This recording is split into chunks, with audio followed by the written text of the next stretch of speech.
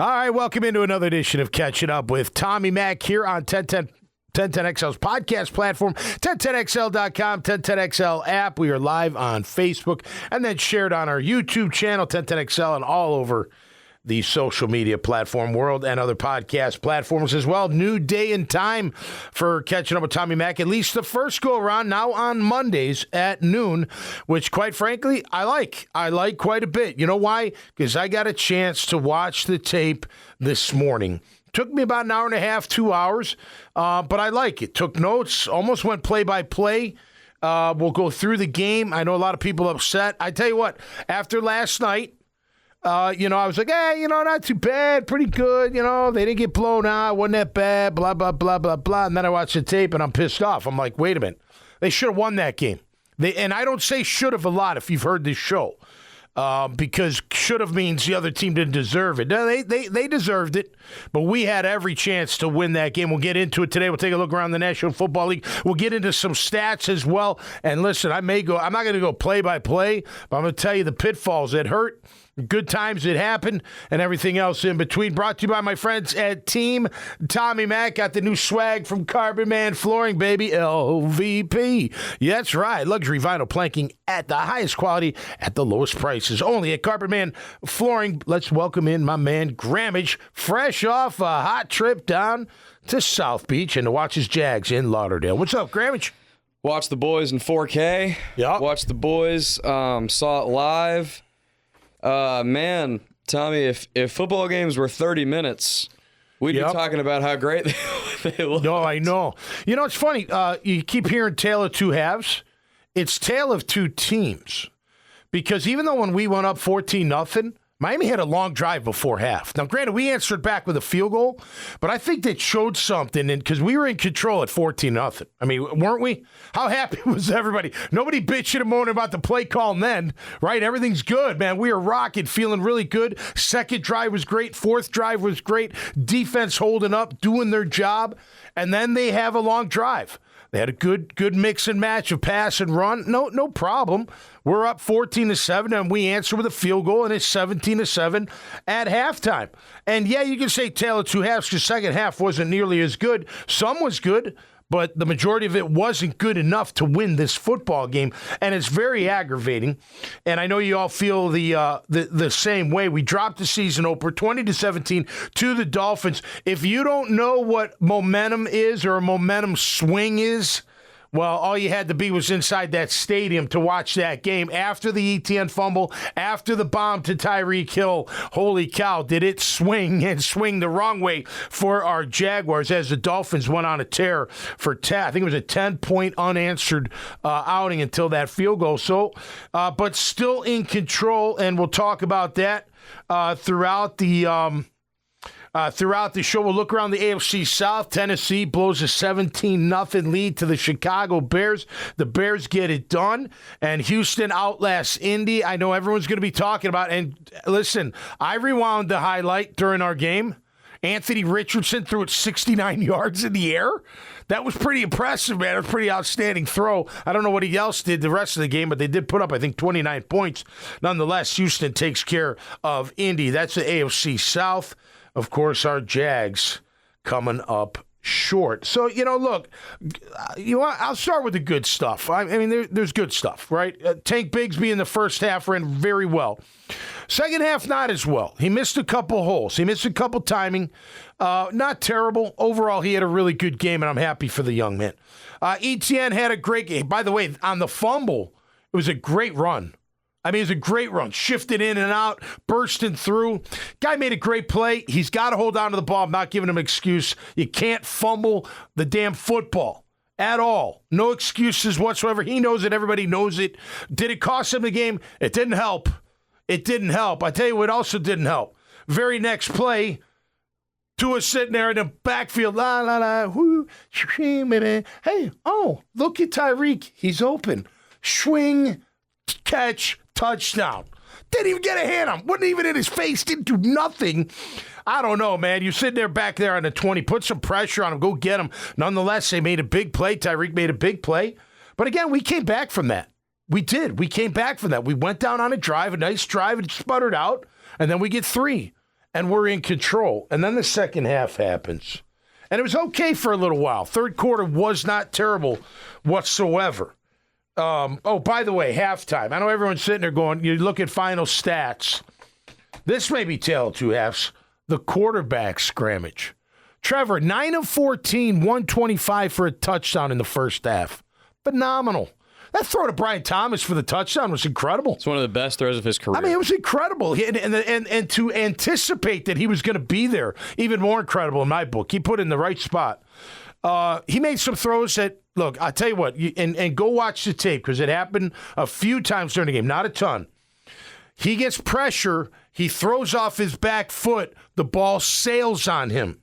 It sailed on Ingram, where Poyer should have had the pick early in the game. It sailed on Kirk. Everyone's talking about that second catch where he kind of leaped up. It did hit his hands, but it was a little high. You know what I'm talking about by the sideline?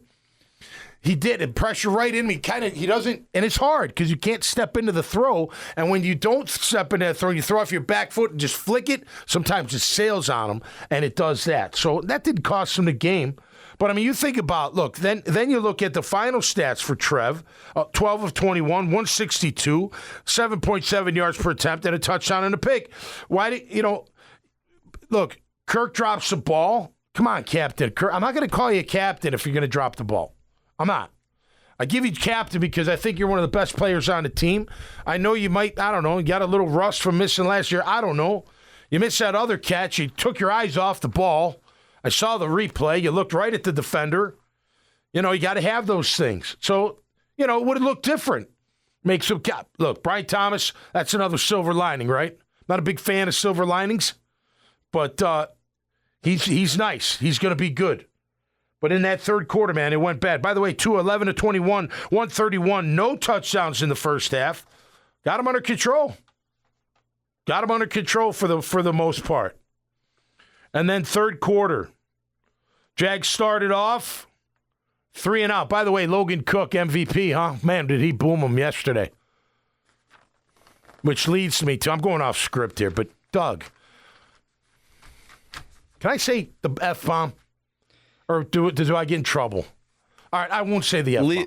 Legally, yes. What the bump are you doing on fourth down with the lead in the fourth quarter on your own 33-yard line when your punter is jamming and probably going to pin him inside the 10?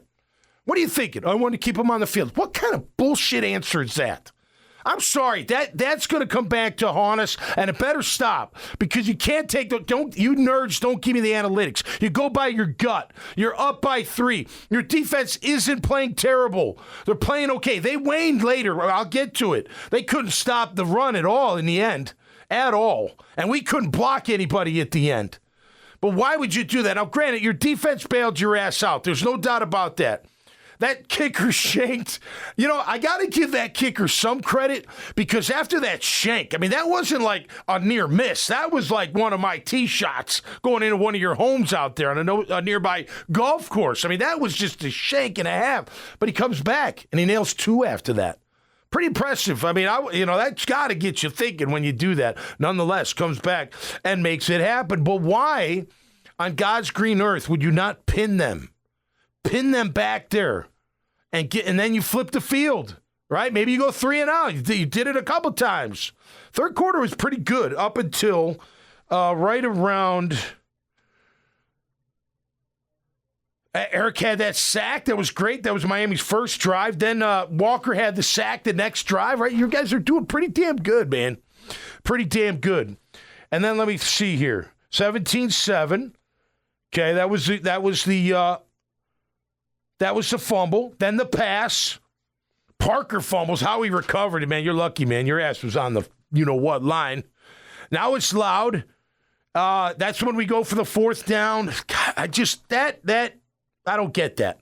That's dumb. That's dumb. You got lucky. You got lucky because they missed the field goal. Hats off to the defense. By the way, for those of you that don't know, when there's a turnover like that, it's called sudden change to the defense.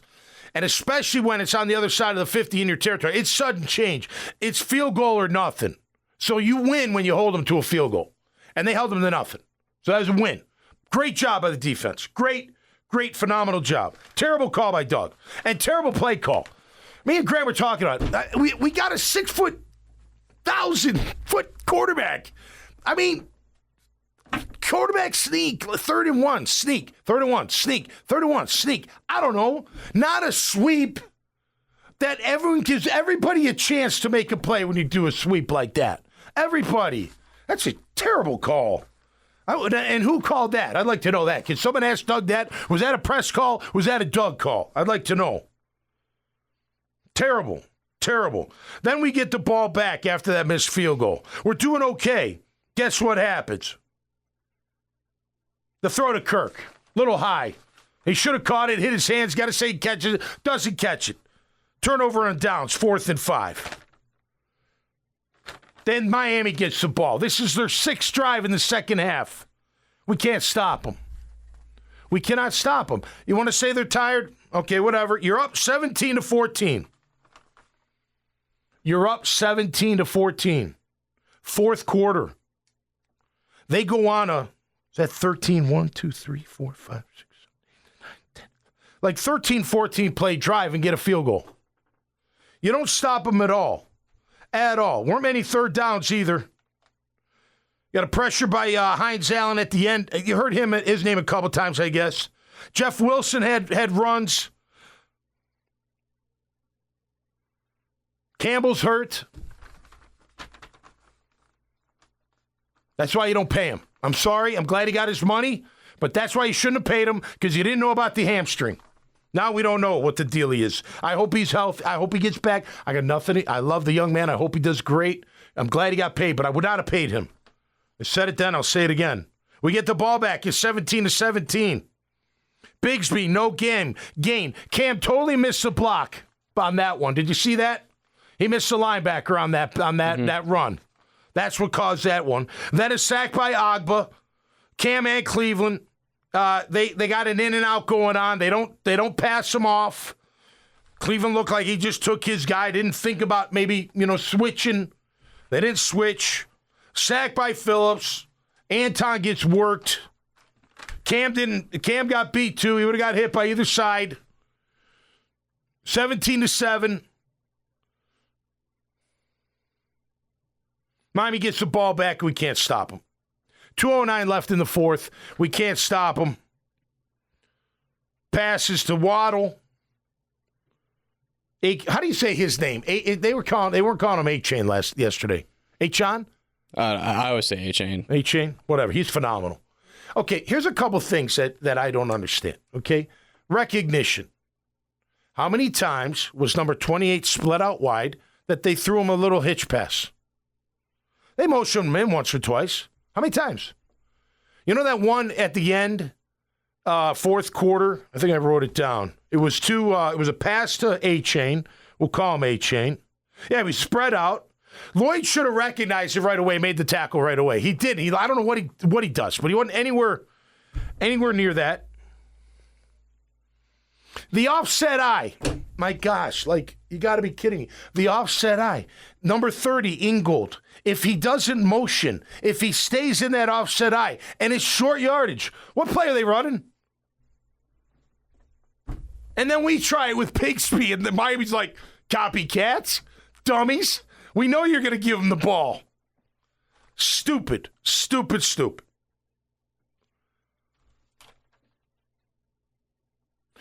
A couple runs, game-winning field goal, game over. You lose 0-1. Here's the problem, or potential problem. Potential. This may not mean anything, this game, right? We go, I don't know, whatever we go. We don't need the tiebreaker. Great. But what if we do need the tiebreaker? To get a better seed or to even get into the playoffs as a wild card? That may come back to haunt us. And then you got Cleveland. Now look, Cleveland looked like garbage yesterday. They did. But they ain't going to come in here, roll over, and die. And if you don't beat Cleveland, now you're 0-2 in the AFC. Now you got two teams that got the tiebreaker on top of you. You'll be 0-2 heading to Orchard Park for Monday Night Football. At the Bills for Week 3, by the way. Who made a comeback yesterday after struggling early. I totally agree. I mean, just that kind of stuff. You know what I mean? I didn't mean to cut you off. No, come on, man. You're professionals. You got to make plays. I don't think the play call was terrible. They got a little conservative in the not in the beginning of the third quarter. It was okay, right? First series was a little weak, but like the third drive was good drive. They had a long drive. Wasn't terrible. You got to execute too, and you can't go 2 of 10 on third down. Not in a close game when they go 8 of 16 on third down. So where are we at still? A year removed. Being terrible on third down on offense. And we're terrible on third and short, man. I don't. It's 3rd and 1, 3rd and 2. I remember back when Urban was the coach. Yeah. And they were just terrible at everything, so they were terrible on third down. Yeah. But back then, and you and I were doing this show back then, we talk about part of the reason they were so bad on third down was because they were so bad on first and second down, they'd end up in a lot of 3rd and 8s, 3rd and 9s. Yeah. And when you have those 3rd and longs, you're going to be bad on third down. In theory, if you get to 3rd and 2, 3rd and 1, you've done a good job. Yeah. Giving you a very manageable third down, and you should be getting those far more often than not to keep drives alive. But I'm at the point now, I was telling you this pre-show, Tommy. Yep. They are, and because this dates back to last year, we've got a big enough sample size now to where this is not just a one-game thing. This dates back to last season. They are so bad in short yardage, and no matter what they try to do, no matter how they try to get creative or do different things or whatever, play calling wise, they are so horrendous in short yardage that I'm at the point now where I would rather them just ignore the fact that it's 3rd and 1 and just pretend it's like 3rd and 5 and just run a normal play. Like just put Trevor back in the shotgun, run another normal play, maybe try to hit Ingram on something or Kirk on something or whatever. Yeah. But the short yardage plays they're trying to do, they try to get up in the shot or get up under center and put a fullback in the game or run a dive or what. By the way, Brenton Strange is a good lead blocker. I watched him a few times this morning. He'll come up and hit you. I think you need more him in leading the way up through the hall in those short yardage Well, then plays. more of that, and if it works, more power to him. Yeah. But if they continue to get stuffed on 3rd and 1s and 4th and 1s, and all these different short yardage plays the line of scrimmage are trying to do just continue to not work, well, then you just got to scrap it all, in my opinion. You got to treat it like it's 1st and 10 and just run a normal play. Yeah. Because it's just not, I think the crux of it is what we've always talked about with Doug Peterson, offensive lineman. He likes agile, athletic guys, and we don't have the road graders that other teams might have to just move bodies. And maybe that's why. But they got to totally reinvent a new strategy on how they do short yardage plays because it's a disaster, man. Yeah, it is. I'm just looking at how many times I see a 4th and 1, 3rd and 1. That's before he goes for it on 4th. They got stuffed. 3rd and 5 to throw to Kirk. I mean, I tell you what, that second quarter, first of all, it's a game of inches, right? In the first quarter, Tua just missed Hill on a bomb. He did, and he was open. Maybe they were a little rusty, I don't know. And then we miss. It's 3rd and 9. Jags ball. We're driving. We're on the 25, our own 25. I guess that's where it started. And Kirk drops a great pass. That wasn't too high. Then they get the ball. I tell you who's also MVP. Foye Oluokun. What a great game by him. Great game. That's a linebacker.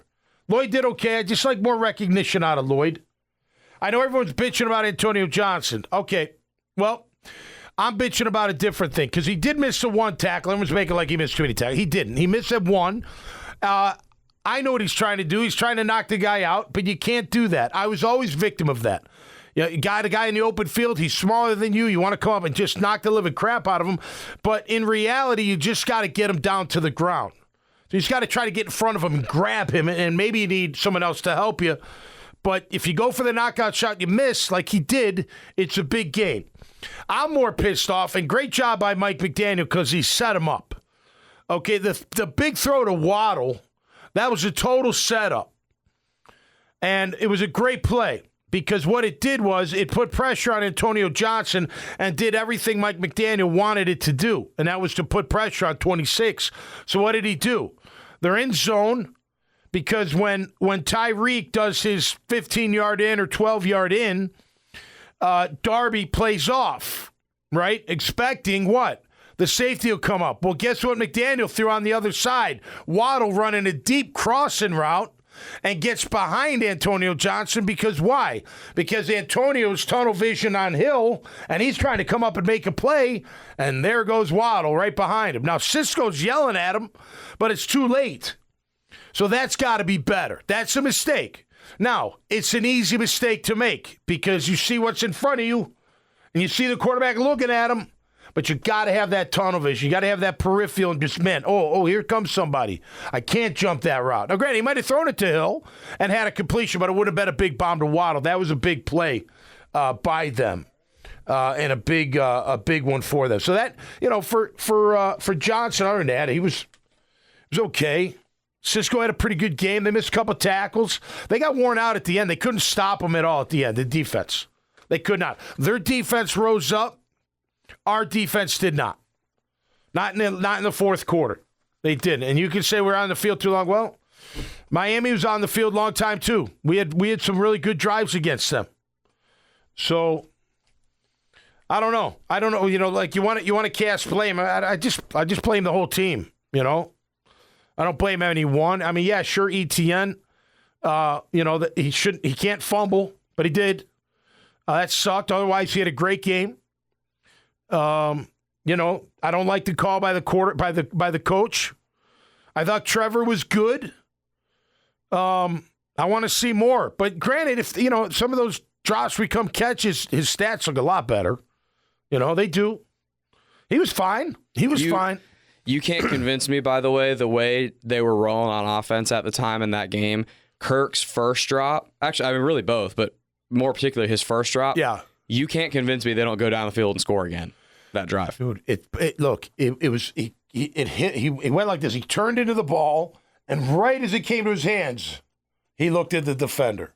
Go watch the tape. I just watched the first one. You're saying? Yeah, the first one. The second one, it was high. It was high, and Trev didn't get a chance to step into it. Second one could have been thrown better, but he still got to catch it. He still got to catch it. First one, it would have been a great catch. Pretty much all on Kirk. In my opinion. What's that? The first one is without a doubt. First one is 100-0 on Christian Kirk. Second one is, I think, probably 70-30 on Kirk. Yeah. No, I agree. The second one, they were moving the ball, but the offense has started to be a little bit shaky at that point. So who knows what happens in that drive? Probably a field goal on that drive. Yeah. Because they're already in Miami's half of the field. The first one, that was the first half, too. Yeah. You can't convince me they don't get another touchdown on that drive. You can't convince me. No, I know. They 100%. I agree. They're rolling. You They're give rolling me that right catch. You give me that catch, and then if my theory is correct and they go down and score, and then you take away the ETN fumble, well, that's 14 more points. They win the game. Yeah. You know what I mean? Well, yeah, and look, even after they, Kirk drops it and then Logan booms it, they go 3 and out. Our defense was playing really well in the first half. They were. I mean, Miami wasn't doing that much in the first half. A couple plays here and there. But, yeah. The fumble, look, you got – here's the thing, though. You're still up. You're still up when they have the ball. You got to close this stuff out. That's a good team. And Miami's a good team. Are they a barn burner? I don't know. It's too early to tell, but they're a good team. But you got to close them out. Part of it, look, I think they got a little bit conservative, but not – ultra conservative. I think they still had a chance to win the game. Defense has got to make plays too. Those 2 drives by Miami in the fourth quarter, you couldn't stop them. I don't disagree, but I don't disagree. But if you had told me before the game that we're going to hold Miami to 20, yeah, I know. I agree against that offense. But that's the silver lining, and it's okay because it's true. I'm not saying it's not factual, but that still doesn't, it doesn't bring anything back. You know what I mean? It's still an L. I agree, but I'm saying, I don't know. I'm saying in if the defense continues to put out comparable performances to that, okay, that is a winning performance in my opinion for the most part. Okay, and the offense is the side of the ball that needs to do better to win the football game. I mean, look. Okay. All right. Well, I hear you, but let me throw this at you. I'm trying to make sure I got the right score. It's 17-7.5. You're up 17-7.5, right? Mm-hmm. And you lose 20-17. Offense didn't do anything. Zero points in the second half. Right. And defense gave up what? 13. 13. So a tale of two halves for our defense is fair. They were great in the first half. They waned in the fourth quarter.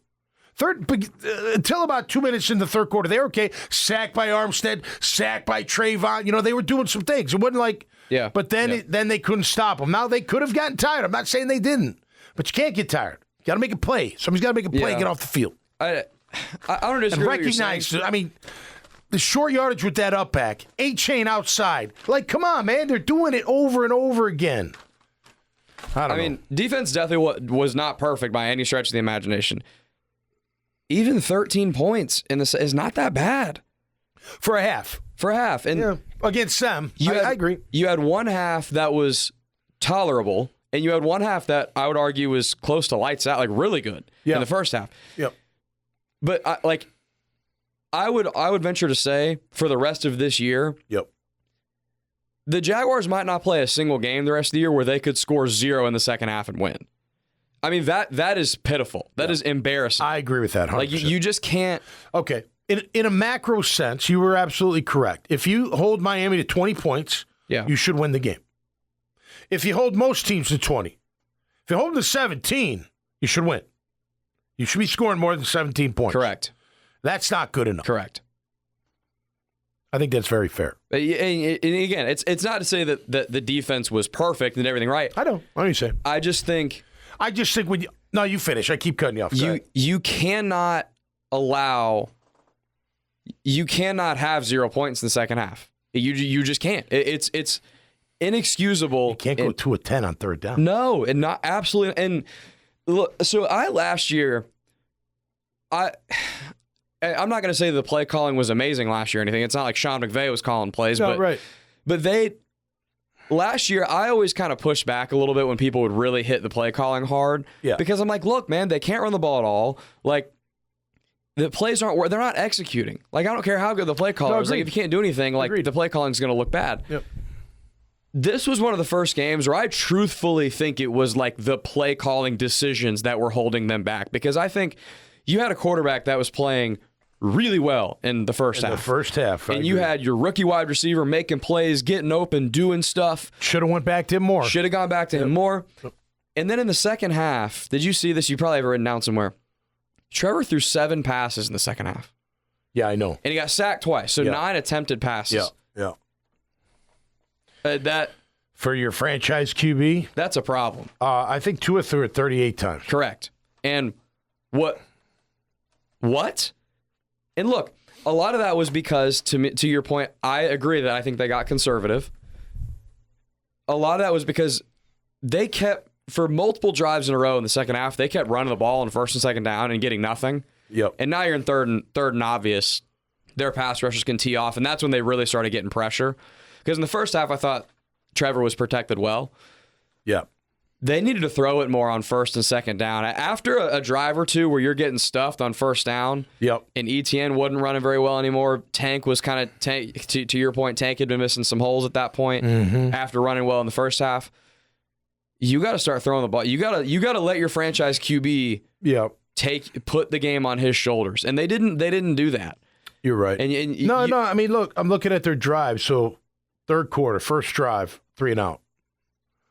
Miami's first drive, we get a sack, force them to punt. So they did their job. Give you the ball back, 3 and out. Miami, that's when they had the big throw to Waddle. That was really smart play by them. Very good play by them. But we hold them. Sacked by Trayvon. They punt. Then we get the ball again. And we did some good things. That's where the fumble into the end zone. That was a good drive. Great drive. Probably the best drive of the game. Yeah, that was pretty good. Had a Tank big run off right tackle. Broke the tackle, which was great.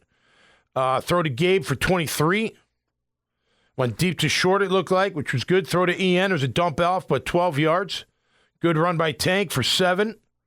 Jet sweep. This is where I don't like that with Duvernay. Granted, I think that was in the face mask, so they got the call, but I don't know. A little cute for me, but whatever. And then it's a phenomenal run by ETN, 13 yards. It really is. Go watch it. It was a great run. It's just too bad the guy knocked it out. And then the big change with the 80-yarder. Yeah, here's another thing about Doug going for it on fourth down. That was the series after you just gave up an 80-yard bomb to Tyreek Hill. And you want to throw your defense out there? Granted, they responded. They did. So I guess you can't be too hard on them. But the reason I get so excited about it is for future games, man. Like, you need a victory. You can't pull that out of the bag. You can't.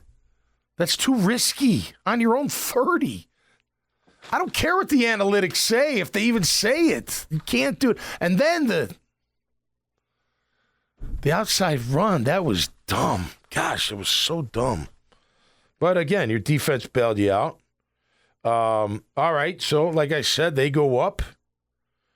Then we get the ball back. I thought Tank missed the hole. That's the Jags' fourth drive in the second half. I thought he missed the hole on first down.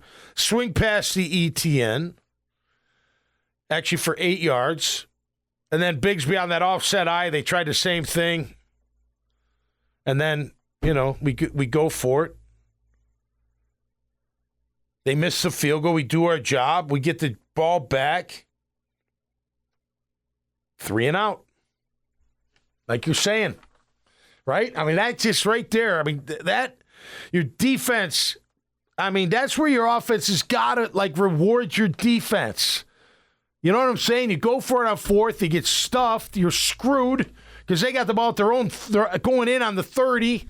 You hold them to a field goal and they shank it, and your freaking offense goes 3 and out, basically. Just awful. And then, he missed the throw to Kirk, or Kirk should have had it. And then next thing you know, Miami goes on a drive and you can't stop them. That's basically the game. Then we go back out there. I guess you call it 3 and out. Here's the thing that pisses me off, too. It's 17-17. Our sixth drive in the second half. 1st and 10 with 4 minutes and 22 seconds to go. Bigsby no gain. Cam misses block. Sacked by Ogba. Sacked by Phillips. Back to Miami. We can't stop him. Game over. It was over before then, I think.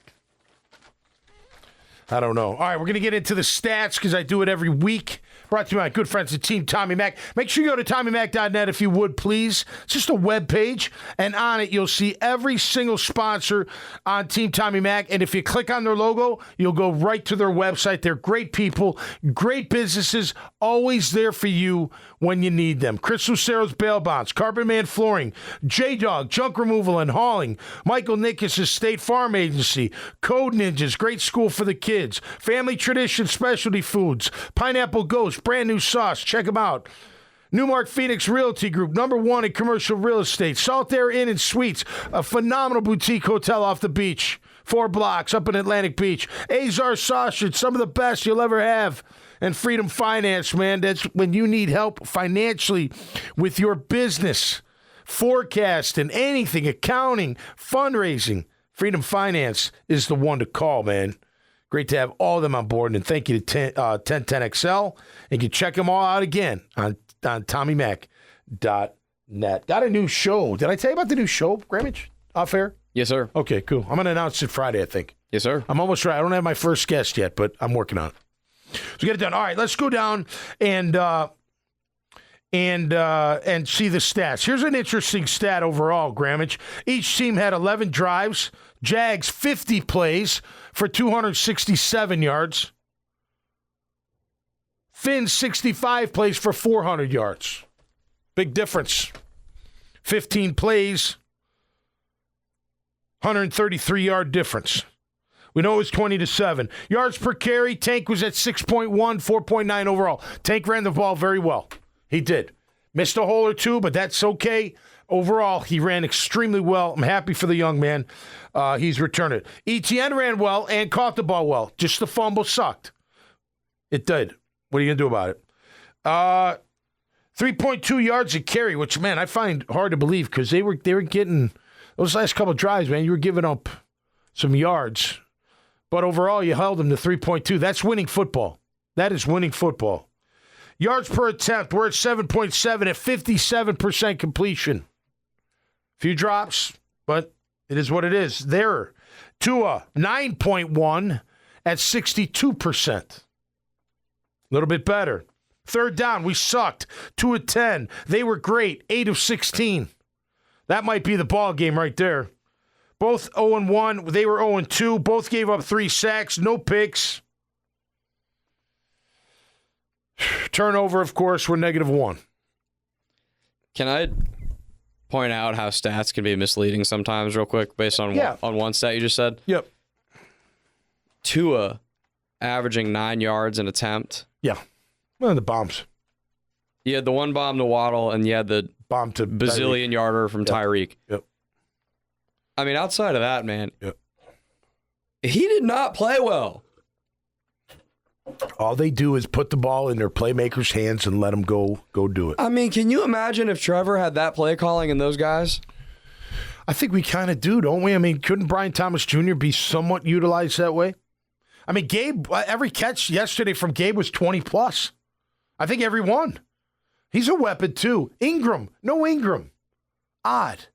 You know what I mean? He went to him the one time. They made a good play. It was third down. It was 3 and out. It was a hitch route. Guy made a good play. I think knocked the ball out of his hands, but barely went to him. You could, I think you could argue BTJ if he keeps producing like him. He looked really good. Yeah. I think you could argue him being kind of the Waddle type guy. Okay. But there's no one on this offense like Tyreek. Not like Tyreek. No. I agree. He is so fast and quick and electrifying. For him to be able to beat, it was Cisco, and I don't know who the corner was. It was Darby. On Darby. Yeah. But Darby, for the record, it looked like zone to where he was releasing him to the safety. And Cisco was the other safety. Yeah. So I don't know what happened to Antonio on this side. Yeah. I don't know where he went. Maybe someone came into his zone or something. Once he caught the ball, for him to be able to beat Cisco up the sideline with that angle, I mean, Yeah. I think Cisco was a tiny bit late to seeing it. Yeah. I think that's how he got around the corner. And with Hill. Yeah, with Hill, that's all it takes. You can be 0.2 seconds late to seeing it. He's in the end zone. But how about that arrest? Has it come out yet? Did he MF the cops or something? Like what? I'm not sure what was totally happening. It's excessive, and I hope they find justice because it seemed. My wife's like, "Where's it at?"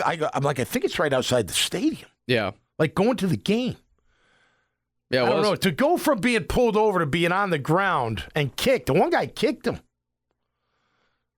Now you can't kick. I don't think you can kick the perpetrator if he's the even one. I don't mean to call him that, but even if he says, your mom is fat, you can't beat him up. Like, I don't know. They're going to find some justice down there. Well, and Tyreek Hill has such a clean record as is. No, I know. And I'm sure he said something like, don't you know who I am? Right.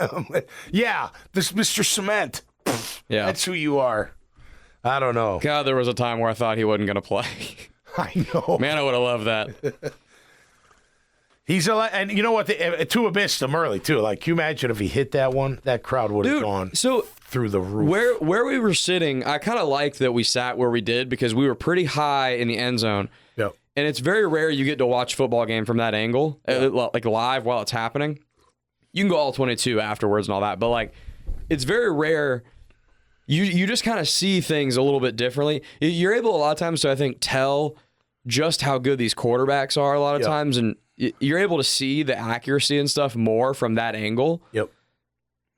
Tua there were some bad throws, man. He had some throws where it's like, where the hell are you throwing that, man? Yeah. And it's like, man, if he didn't have Tyreek Hill and Jalen Waddle to just cook people and get behind defenses. Well, and McDaniel does a good job setting them up to get open. Yes, like if you go back to the Tyreek Hill touchdown, so if you go back to the Waddle reception, it's actually a 180-degree different. Well, I shouldn't say that. Okay, hear me out. On Waddle's deep throw, he's on one side of the formation, Hill's on the other. Hill runs an in route at 15, Waddle runs deep behind him. Mm-hmm. Big throw, right? Yeah. Go watch the Hill one. Hill's deeper, and Waddle's underneath. Totally different. And then he hits Hill. Yeah. You know what I'm talking about? Yeah. So he comes from this side deep in. He comes shallow under. Listen, crossing routes will screw your mind up. It'll screw coverage up.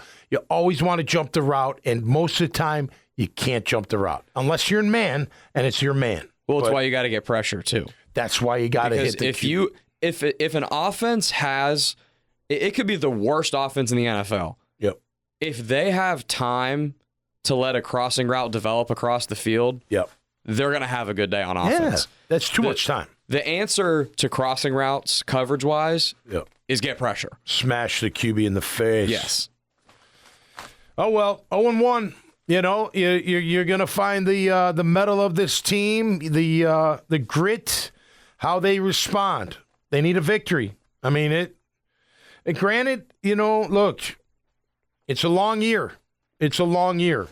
But that doesn't mean there aren't, you know, critiques that go along with. I don't want to hear learning experience enough, and nor does the owner. I mean, if I'm reading the tea leaves of what he's saying, he don't want to hear, hey, we'll clean it up next week. Crap. Win now. You should have won that game. You should have won that game. And my hope is it doesn't come back to haunt you in a tie-breaking kind of way. Because unfortunately, sometimes those things do. And you'll go back, you'll be like, gosh, if only. If only. But again, long season. We got a long way to go. We'll turn the page tomorrow and look forward to them getting ready for the Cleveland Browns. I'll be back on Friday for catching up with Tommy Mack after my Jaguar Today appearance. I hope you enjoyed the pre-kickoff show brought to you by Terminix. They were great, and we appreciate them. Did it with Hayes Carline yesterday. And then did a little post game on the YouTube channel with Gus Logue, who did a really nice job. Hacker was on there as well. It's going to be a ton of Jaguar content all throughout the year. I'll announce my new show, which have a little bit to do with that, on Friday. And we'll do the horse's mouth on Thursday. And we'll just keep rocking and rolling, baby. So until next time, stay safe, be cool. LFG Jags, exclamation point, exclamation point, exclamation point. Clean up your act and get better, and let's go beat the Brownies next Sunday right here at home. Until next time, stay safe and be cool, and we'll see you right here on Catching Up with Tommy Mack. Peace and love, everybody.